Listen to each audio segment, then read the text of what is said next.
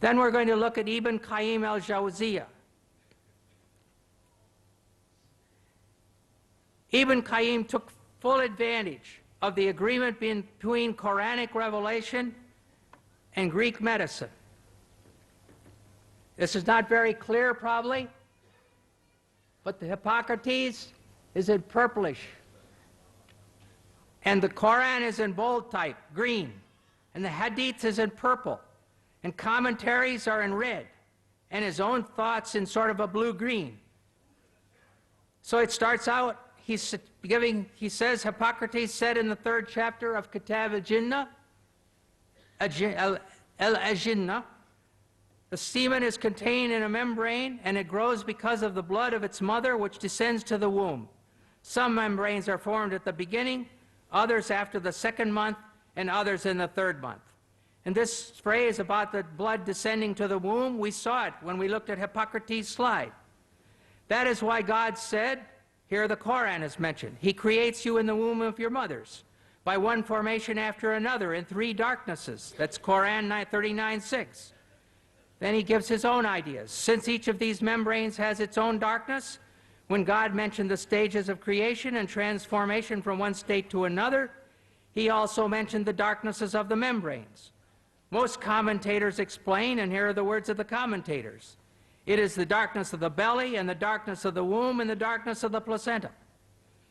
In a second example, we read, Hippocrates said, the mouth opens up spontaneously, and the nose and ears are formed from the flesh. The ears are opened, and the eyes, which are filled with a clear liquid. The prophet used to say, I worship Him who made my face and formed it and opened my hearing and eyesight, and so forth. Here we look at Hippocrates again, and there in the 2nd stage is the same thing we just read. Ibn Qayyim is quoting Hippocrates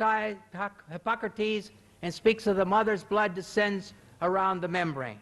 He could do this, as we have seen, because the educated people of Muhammad's time were familiar with Greek medicine.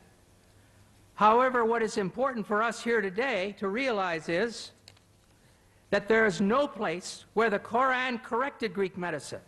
There is no place where Ibn Qayyim was shouting, hey, you guys, you've got this all wrong.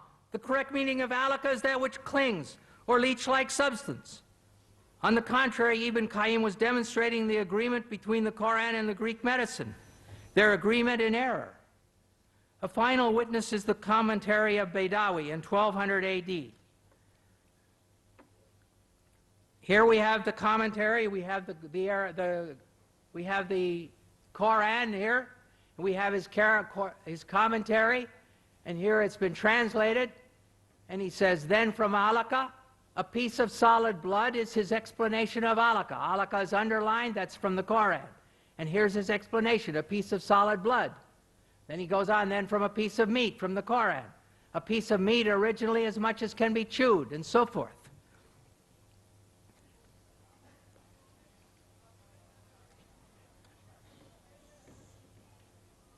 As I mentioned at the beginning of this study, it has been said that the idea of the embryo developing through stages is a modern one, and that the Quran is anticipating modern embryology by depicting differing stages.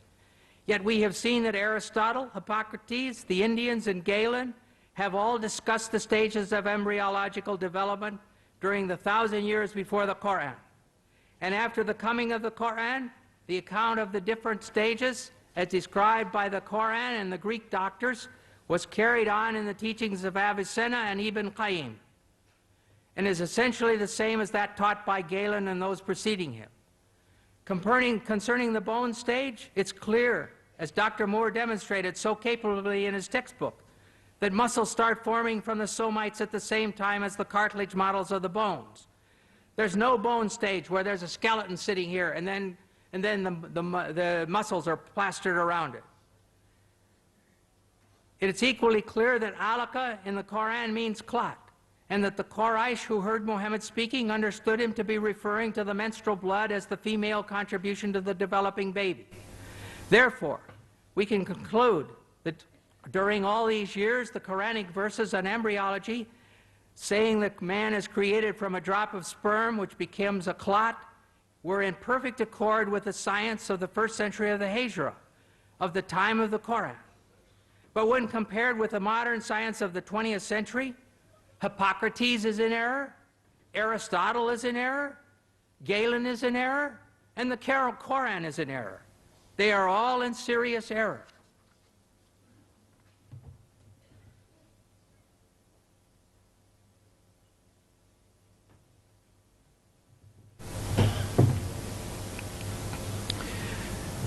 Now we're going to look at a little bit about moonlight. Does the Quran state that the moon gives off reflected light from the sun? Before this was common knowledge. In the Surah of Noah, 71, 15, 16, it says, "See ye not how Allah has created the seven heavens one above another, and made the moon a light, nur, in their midst, and made the sun as a lamp, siraj?"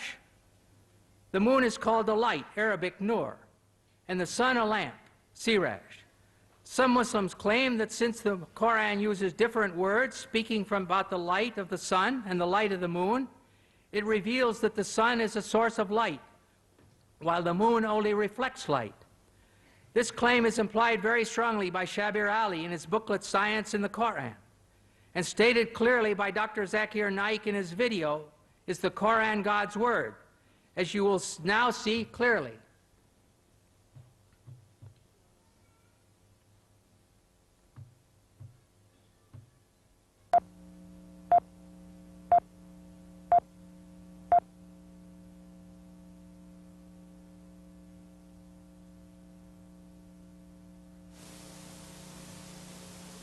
The light that we have, the light that we obtain from the moon, where does it come from? So he will tell me that previously we thought that the light of the moon was its own light. But today, after science has advanced, we have come to know that the light of the moon is not its own light, but it's a reflected light of the sun. I will ask him a question. That it is mentioned in this Quran, in Surah Al-Furqan, chapter number 25, verse number 61. "Blessed is he who has created the constellations and placed therein a lamp and a moon which has reflected light." The Arabic word for moon is qamar, and the light described there is munir, which is borrowed light, or nur, which is a reflection of light. The Quran mentions that the light of the moon is reflected light. You say you discovered it today. How come it's mentioned in the Quran 1400 years ago? He will pause for a time. He won't reply immediately, and then may say, maybe it's a fluke. I don't argue with him. For sake.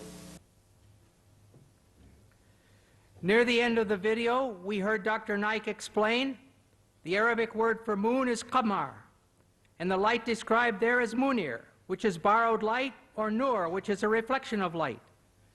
Please do not forget what he said. Munir is borrowed light, and nur is reflected light. Not only is this claimed to be a statement in keeping with scientific truth, but it is also claimed to be scientifically miraculous, since this was supposedly only discovered relatively recently.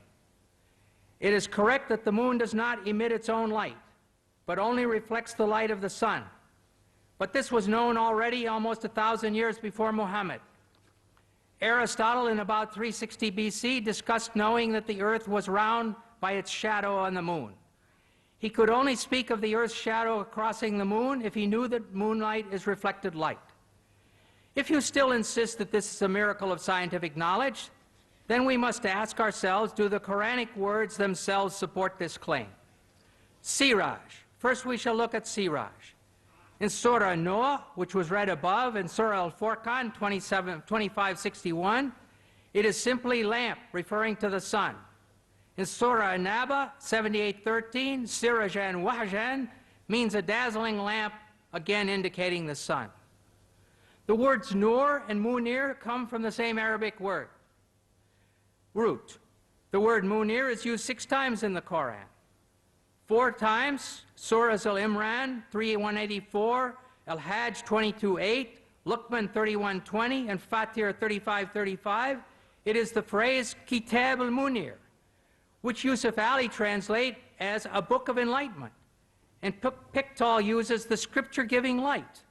Clearly, this indicates a book which is radiating the light of knowledge. Nothing about reflection. Nur. It says in Surah Noah 71:16 and Yunus 10:5 that Allah made the moon a light. Thus we find that the Quran says that the moon is a light, and it never says that the moon reflects light. Moreover, in other verses, the Quran says that Allah is a nur, a light. Surah An-Nur 24:35, one of the most beautiful passages in the Quran, reads, Allah is the light, nur of the heavens and the earth. The parable of his light is as if there was a niche, and within it a lamp, the lamp enclosed in glass, the glass as it were a brilliant star, and so forth. Thus we see that the word nur is used for both the moon and Allah. Are we going to say that Allah gives off reflected light? I think not. But if you continue to insist that nur, used for the moon, means borrowed or reflected light, and we saw above that Allah is the light, nur of the heavens and the earth, what is the source of this light? Siraj, of which Allah is only a reflection. Think about it. If Allah is named nur or reflected light, who or what is the Siraj? Well, the Quran tells us who the Siraj is. But the answer will shock you. In Surah Al-Ahzab 33, 45, 46, we find, O Prophet, truly we have sent thee as a witness, a bearer of glad tidings and a warner, and as a lamp spreading light. Here it says that Muhammad is the lamp spreading light. In Arabic, it is was-sirajan muniran. Linguistically and spiritually, this is the end of the discussion. Linguistically, siraj and the adjective munir are used together for the same shining thing, the person Muhammad. It's clear munir does not mean reflected light in this verse or in any other verse. It means shining. The people of Muhammad's time understood that the moon was shining, and they were right. Just as the people of Moses' time understood that the sun was the greater light and the moon the lesser light, and they were right. But if you insist that the Arabic words nur and munir mean reflected light, then based on the use of these words in the Quran, Muhammad is like the sun and Allah is like the moon. Does Dr. Naik really want to say that Muhammad is the source of light and Allah is only his reflection? Why are these so-called scientific claims made which no Muslim can support if he makes a serious study of his own Quran? In a dialogue like tonight, it makes honest discussion very difficult, almost impossible. Let us go on and look at the water cycle. Some Muslim authors claim that the Quran shows pre-scientific knowledge of water cycle. What is the water cycle? Here in this slide, you see 4 steps. The first step is evaporation. The water evaporates from the seas and the earth. Second step, it becomes clouds. Third step, it gives rain. And fourth, this rain causes the plants to grow. This is all very straightforward, and everybody knows 2, 3, and 4. Even if they live in a town, they know that clouds come and rain comes and their flowers grow. But what about step 1, the evaporation? You can't see it. It's difficult. And the Quran does not have step 1.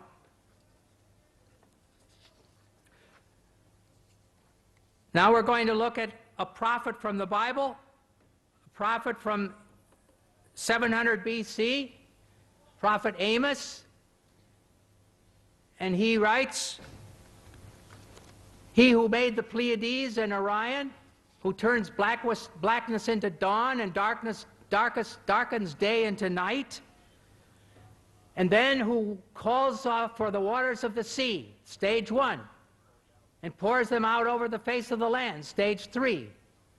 The Lord Yahweh is his name. And one other prophet is Job, in 36, 26, 28, at least 1,000 years before the Hijrah. He says, how great is God, beyond our understanding. The number of his years is past finding out. Stage 1, he draws up the drops of water, which distill from the mist as rain. That's stage 3. And then the clouds are mentioned, stage 2, which pour down their moisture and abundant showers fall on mankind. So here in the Bible, this difficult stage 1 is there from more than 1,000 years before the Quran. Why don't you reflect? If you read the verse, you can see that there can be no other conclusion other than the fact that Jesus is not God. Holy Quran can be nothing else other than the word of Allah. Cross-reference the authenticity of the sources.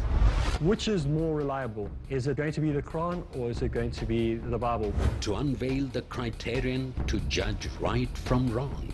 Watch Comparative Study every Monday